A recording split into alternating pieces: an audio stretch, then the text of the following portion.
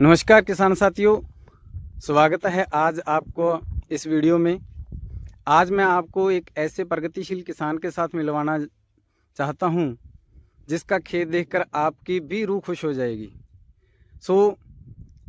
बने रहिए इस वीडियो के अंत तक, आपको बहुत अच्छी जानकारी मिलने वाली है। आइए मिलवाता हूं अपने इस प्रगतिशील किसान के साथ जिन्होंने बड़ी बड़ी बातें करके इस खेत में अपनी जी जान से मेहनत लगाकर जो कामयाबी हासिल की है उसके बारे में जानकारी देते हैं।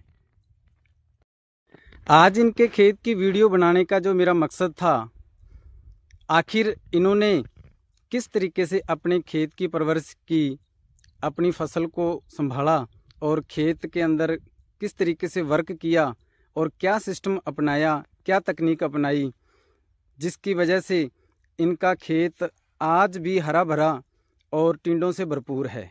देखिए कितनी ज़्यादा फ्रूटिंग है, कितना फल लगा हुआ, टिंडों से भरा हुआ है। और अभी भी लोगों के खेतों में मेरे को ऐसा लग रहा है कि 90% लोग हैं जिनके खेतों के अंदर पैराविल्ट की प्रॉब्लम आ चुकी है, समस्या आ चुकी है और खेत सूख चुके हैं। लेकिन इस किसान भाई की मेहनत इतना शानदार तरीके से रंग लाई है कि देखिए आज भी इनका नरमा हरा भरा और टिंडों से भरपूर मात्रा में भरा हुआ है।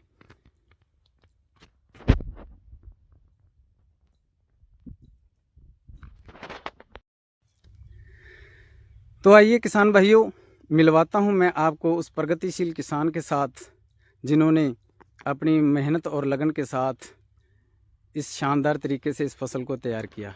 नमस्कार भाई साहब। नमस्कार जी। अपना शुभ नाम और अपना परिचय दीजिए। नाम सिमरजीत सिंह है जी, झंडावाली पिंड, 5000 के खेत। और कितने एकड़ आपकी खेती है? 4 एकड़ नरमा है जी। और भी कोई फसल लगाई हुई है? और धान है बाकी। ठीक है।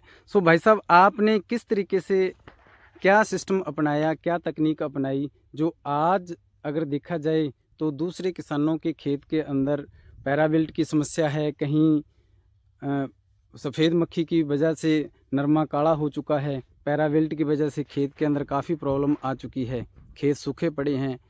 आपका नरमा है, जो नरमे की फसल है, इतनी शानदार और हरी भरी कैसे है जो टिंडों से भरपूर है? देखो जी, सबसे पहले तो अपने जो बिजाई की है, सारी बिजाई नरमे की बेड के ऊपर की हुई है। 6 फीट चौड़ा बेड बना हुआ है। एक 6 फीट के बाद एक नाली है, नाली के ऊपर 2 ओड़े लगे हुए हैं एक नाली के, उसके बाद फिर 6 फुट खाली है। मेन इसका कारण, जब बेड पे नरमे की बिजाई होती है ना, तो बेड उसमें ऑक्सीजन लगातार रहती है, सूखने की दिक्कत बहुत ही कम आती है। बेड भी अगर चौड़ा हो तो उससे भी बढ़िया है। ये हमारी बिजाई हुई है, जो अपनी मशीन होती है नॉर्मल बेड वाली, उसके कॉर्नर वाले जो आड़ा है उससे बिजाई हुई है। बीच वाले दोनों हल थे, वो दोनों बंद थे, साइड वाले दोनों हलों से बिजाई हुई है। तो एक पैकेट 1 बीघे का बीज डाला हुआ है। 5वें महीने की 10 तारीख की बिजाई हुई है। मान लो 6 बीघा ये नरमा है, 6 बीघे में 6 ही बीज डाले हुए हैं और 6 ही पैकेट बीज के पड़े हैं, 6 ही वैरायटी हैं।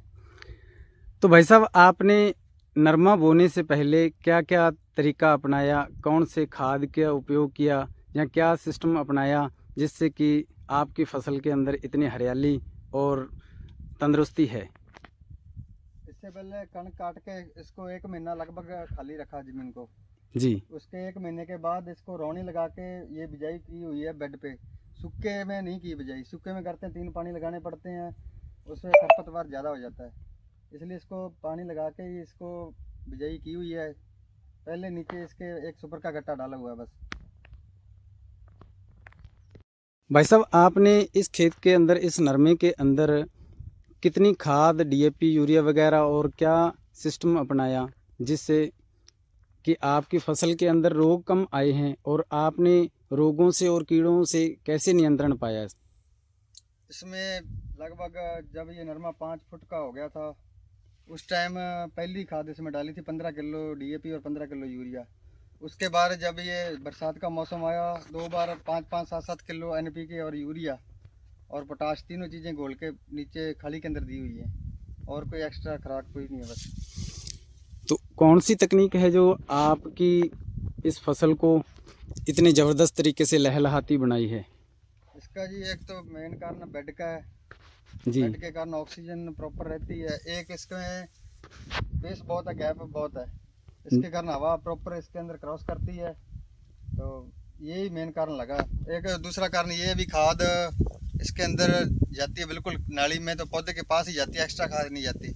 और इसकी दूरी जो है 7 फुट है एक, और एक नाली के ऊपर 2 फुट है। 2 बाई 7 पे लगा हुआ है ये, जो मशीन के अपने कॉर्नर वाले जो 2 पोर होते हैं उससे बिजाई हुई है। जी यही कारण लगा हमें तो। जी जी। और मेरे को ये लग रहा है कि आपने इसके ऊपर कटिंग भी की है। हाँ, इसके जब 5 फुट का पौधा लगभग हो गया था उस टाइम हमारी कटिंग हुई है। कटिंग होने का एक बाद इसका रिजल्ट ये है, जितनी शाखाएं हैं ना, ये आज तक भी, जैसे ये कॉर्नर वाला टिंडा है, ये भी अब बन रहा है। 2-3 दिन में ये भी बन जाएगा। कटिंग करने का मेन कारण, कटिंग करने से ये फायदा हुआ है, जितनी शाखें ना साइड में निकली हुई है, देखोगे आप, सारी के 7-7 8-8 टिंडे साइड में बने हुए हैं। ये नीचे भी अपने आगे देख लेते हैं, इस पौधे पे देखोगे आप, यही है। किसी पौधे पे देखोगे 7-7 8-8 टिंडे आगे लड़ी में लगे हुए हैं सारे में। अगर इसकी कटिंग ना करते तो ये ज़्यादा लंबा हो जाता है, गिरने की समस्या भी ज़्यादा रहती। कटिंग करने से ये गिरा भी नहीं नीचे, ये भी इसका फ़ायदा बहुत है। धन्यवाद भाई साहब आपका, आपने अपना कीमती समय निकाला और कीमती समय के अंदर आपने बड़ी अच्छी जानकारी दी हमें। और आपकी ये जानकारी मेरे को लगता है दूसरे किसान भाइयों को भी बहुत अच्छी लगेगी और उनको भी इस कॉटन की फसल को तैयार करने के लिए उनका सहयोग करेगी, उनको भी ये नॉलेज देगी, ज्ञान देगी।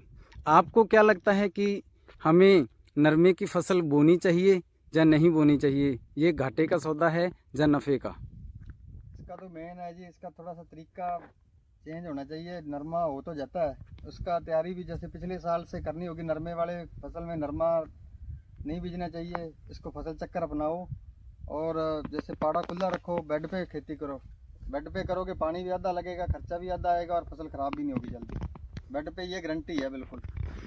भाइयों, ये वीडियो आपको कैसा लगा इसके बारे में आप अपनी राय और कमेंट ज़रूर लिखिए।